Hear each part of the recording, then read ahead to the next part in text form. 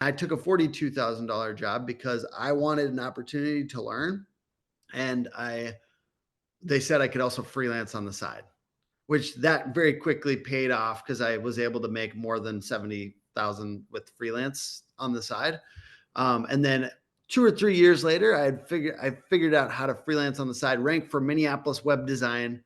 So like Mall of America came in as a lead on my website, and different things like were happening that were a little bit bigger.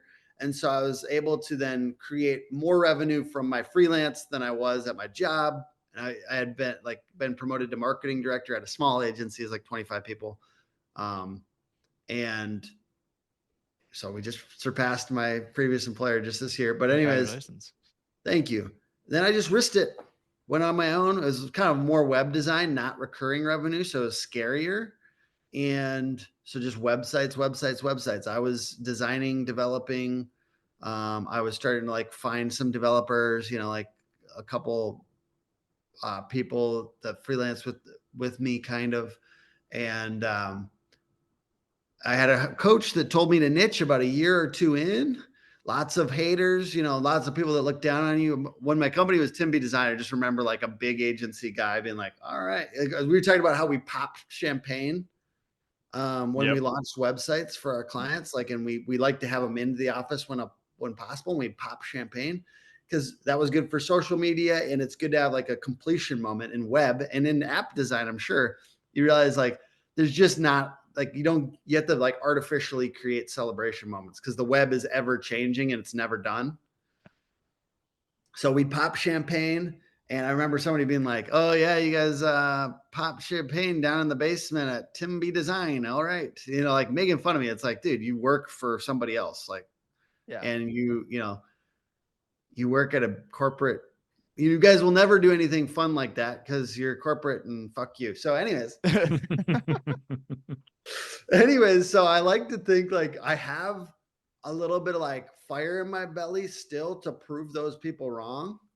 And I Yeah. and I think like over time we did niche into contractors first, and then we took the last 2 years and focused entirely on roofing.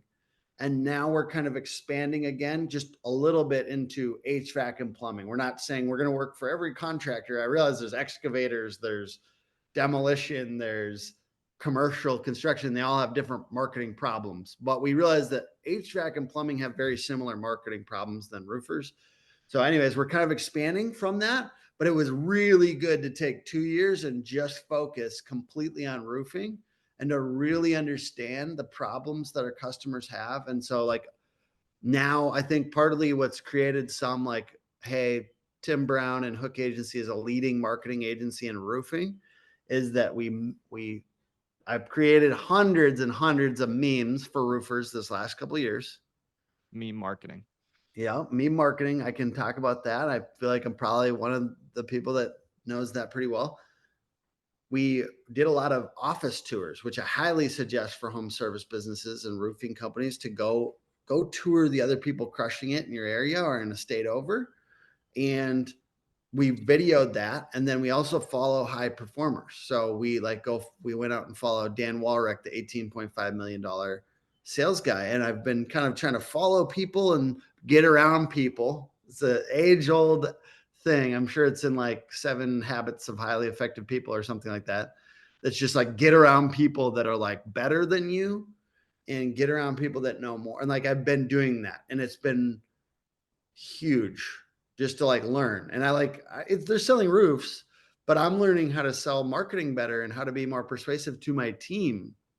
I'm selling personal development wrapped up in a job. That's what I'm trying to sell to my team. And so I'm learning how to be a better leader. And I just had a kickoff with my team, and I was kind of surprised how much I've learned over this past year. And I held a little workshop for my team. I like we had a couple paradigm shifts.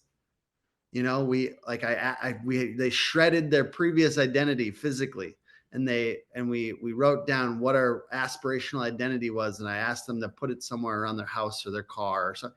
Like we had a couple moments that like were kind of inspiring, and I feel like all of that to me is like getting around people that are better leaders than me and are building, frankly, bigger companies than mine. And I just like keep on like trying to absorb. I'm just a student and I'm not going to pretend that I'm an expert. I'm just a student of all this.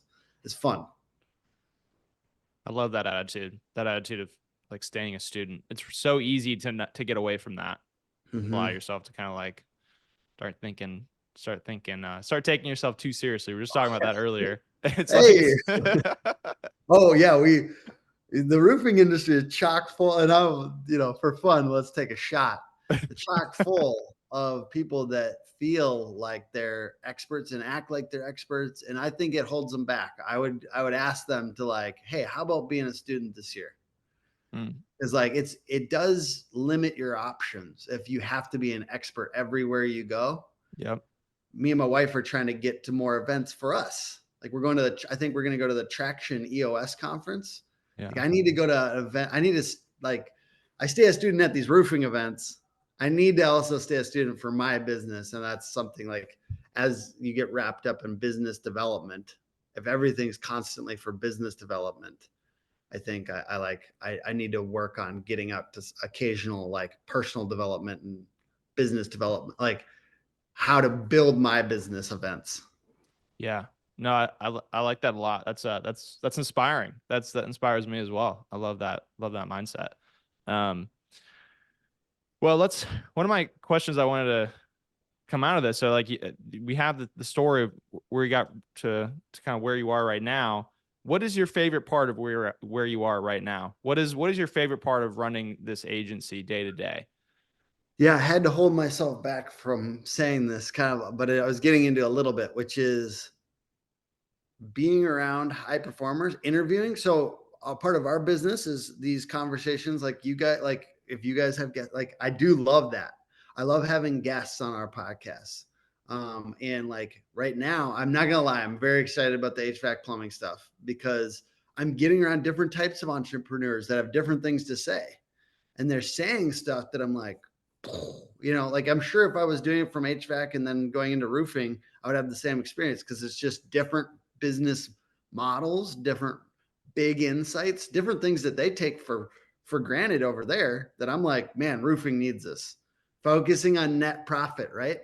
Roofers do not do that very well. We talk about our revenue constantly. We can't mention profit on these podcasts. Every time I like It's ask, so crazy. hey, do you mind sharing with me no one wants to share jack shit on profit. Or they don't actually know it, or they don't Yeah. actually know what it is. Oh, They exactly. don't focus on it. Exactly. So that is already old hat over in HVAC. Like they've been talking about it. The other one is business owner groups. Instead of just the emphasis on coaches, which I love the coaches in roofing, but like more groups where they're just sharing in a circle. And guess what? You don't get to do if you're just sharing in a circle. And like the cynicism in roofing towards coaches is what's sad, because there's opportunities to have these groups, and then there can't be any cynicism because it's just your other it's just your other business owners telling you what their net profit was, and then you're going, oh shit, I should probably get my net profit up this year. So like I just think those are things where I love picking the brains of elite entrepreneurs and then sharing it with the people that are more at my level, which is like it's crazy how high a level of people you can get on a podcast. It's crazy